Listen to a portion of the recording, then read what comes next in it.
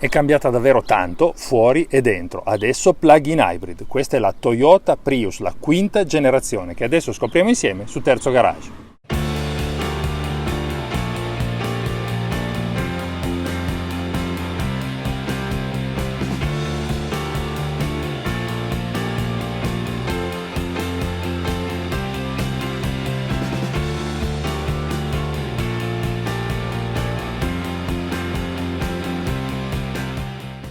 Il frontale è molto particolare, abbiamo questi fari full LED, questo doppio profilo e questa cromatura in basso, quasi una bocca che vuole mangiare la strada.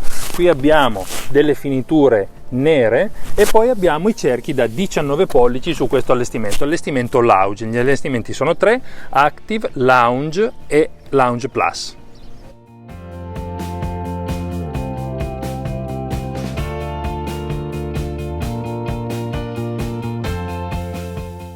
L'efficienza è sempre garantita, ma le linee delle generazioni precedenti non erano così entusiasmanti. Questa invece sorprende per questo profilo davvero unico, senza interruzioni, e guardate quanto sia rastremato il muso, con un CX aerodinamico di 0,27 per offrire davvero la minima resistenza all'aria.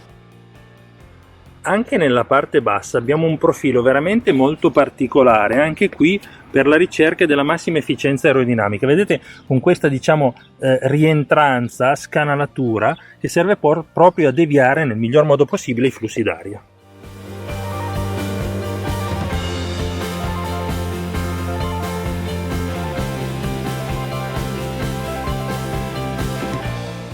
Grazie alla concessionaria Fuji Auto di Cuneo per aver prestato questa Prius a Terzo Garage.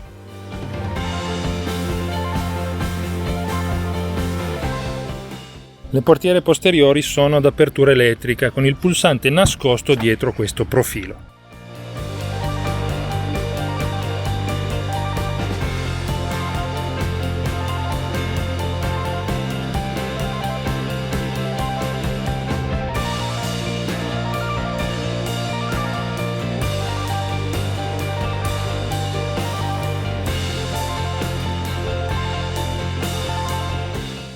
Siamo sulla nuova Toyota Prius, sistema ibrido, due motori, un motore benzina 2000 4 cilindri con 152 cavalli di potenza e un motore elettrico 163 cavalli, in totale potenza di sistema 223 cavalli. La posizione di guida è un po' particolare, ma a me non dispiace e credo anche non dispiace alle persone alte, nel senso che il cruscotto digitale da 7 pollici è in posizione rialzata, quindi è più facile per chi è alto riuscire a vederlo anche magari tirando un po' sul volante e un po' più verso di sé, come faccio quasi sempre io. È cruscotto che tra l'altro offre davvero tante informazioni, si può anche personalizzare. Il volante, che ha molti tasti sui lati, è un po' particolare da questo punto di vista, perché di solito i tasti sono sulle razze. In questo caso però fattoci l'occhio, perché magari è proprio solo una questione di abitudine, risulta molto comodo. Intanto è un pochino più piccolo, almeno a me dà quell'impressione, poi le razze sono libere e permettono di inserire bene i pollici per avere il massimo controllo. Con questa Prius lo scatto 0-100 è dato in 6 secondi e 8. La velocità massima autolimitata è intorno ai 180 all'ora e poi abbiamo le diverse modalità. Noi possiamo anche forzare l'auto a viaggiare solo in elettrico, perché qui abbiamo una batteria da 13,6 kWh che può essere ricaricata in corrente alternata a 3,3 kW.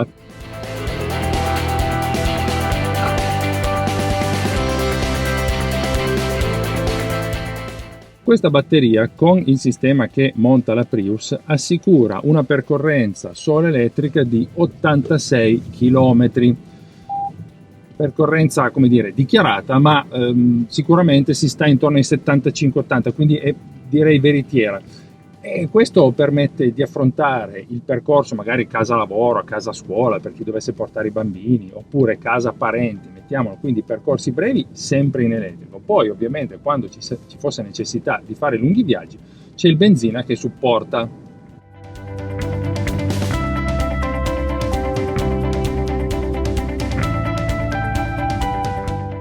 L'auto a mio avviso è molto comoda, la seduta è un po' bassa, quindi più sportiva, del resto tutta la macchina ha un'impostazione bassa, baricentro basso, anche più basso rispetto alle generazioni precedenti.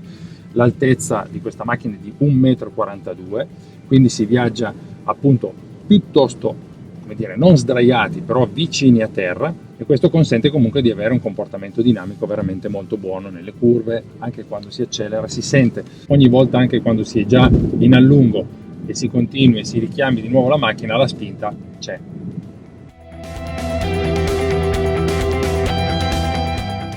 Anche la frenata molto buona, se si affonda sul volante, anzi scusate, sul pedale del freno, la frenata è consistente, la macchina non si scompone e questo dà un'ottima sensazione di sicurezza.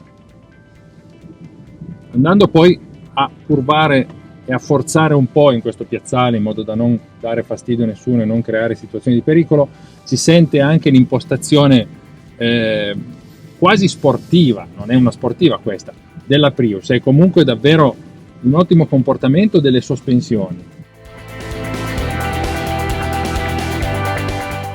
Anche andando a chiamare in curva, davvero divertente.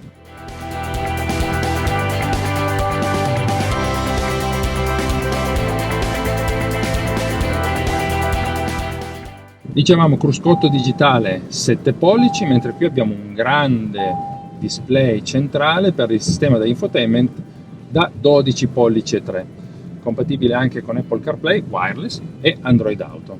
Molto reattivo, vedete, posso proprio anche solo con il navigatore giocherellare un po' per farvi vedere la velocità.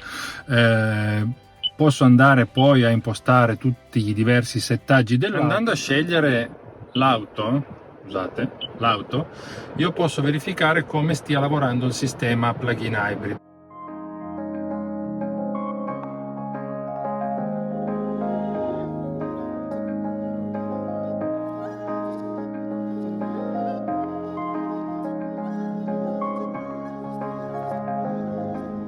Il tasto auto consente di lasciare gestire alla macchina l'integrazione tra i due motori, quindi lo sfruttamento al meglio per ottimizzare i consumi tra elettrico e benzina, mentre qui noi possiamo bloccare la modalità, diciamo, ibrida, eccola qua, hybrid mode, oppure possiamo dire all'auto vai solo in elettrico e avremo la modalità EV mode, quindi noi viaggeremo solo a zero emissioni, oppure ancora possiamo, tenendolo premuto, andare a selezionare quella modalità che qui non parte perché la batteria è carica, che consente di risparmiare batteria per arrivare magari in centri storici, quindi privilegiare l'uso del benzina e poi invece lasciare che l'auto utilizzi la batteria per appunto viaggiare magari nelle ZTL o in altre zone in cui non si possa entrare con i motori termici. Qui abbiamo il selettore delle modalità di guida, che possiamo poi vedere come siano impostate sia sul display dell'infotainment, quello centrale, vedete, cambiando va a cambiare, sia sul display digitale del cruscotto.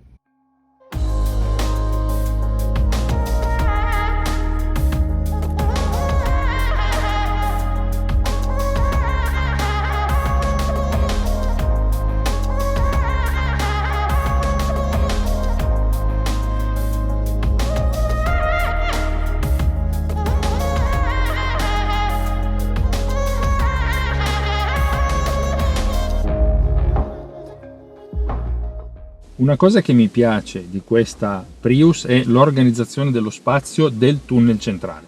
Tunnel che non è ingombrante, offre la possibilità di riporre oggetti, la leva del cambio è facilissima da utilizzare, ovviamente si utilizza poco, ma quando si fa manovra magari retromarcia, i tasti sono comodi per cambiare le modalità di guida e, ripeto, non ingombra.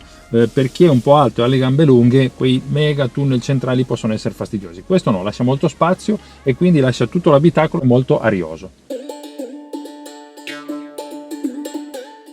Premendo il tasto che troviamo sotto il profilo dei fari posteriori si apre il bagagliaio elettroattuato, 284 litri di capacità. Qui abbiamo il cavo di ricarica che viene dato in dotazione e abbiamo anche una presa 230 volt.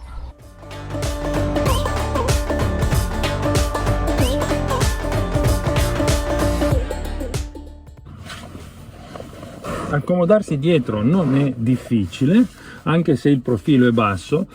C'è molto spazio per le gambe, il sedile davanti è settato sulla mia altezza di 1,90, un po' meno appunto sulla testa, anzi io sono 1,90, devo viaggiare un pochino più sdraiato perché altrimenti toccherei, proprio per il profilo che scende molto verso la coda dell'auto. Il tunnel centrale dietro non è molto pronunciato, quindi anche chi siederà in mezzo non avrà problemi a muovere i piedi. Sotto i sedili posteriori c'è la batteria e qui abbiamo gli agganci Isofix, dietro questi sportellini in plastica che si possono togliere e poi rimettere molto facilmente.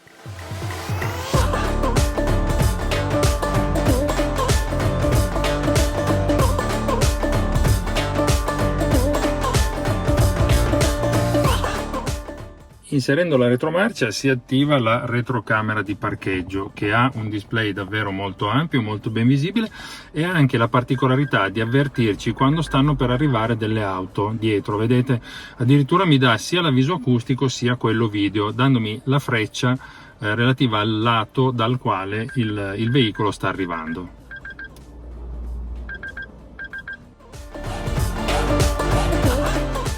Nell'allestimento top, che è il Lounge Plus, come optional c'è la possibilità di far installare il tetto fotovoltaico, praticamente un tettuccio a pannelli solari che, secondo Toyota, consentono di ricaricare la batteria per avere altri circa 8 km al giorno.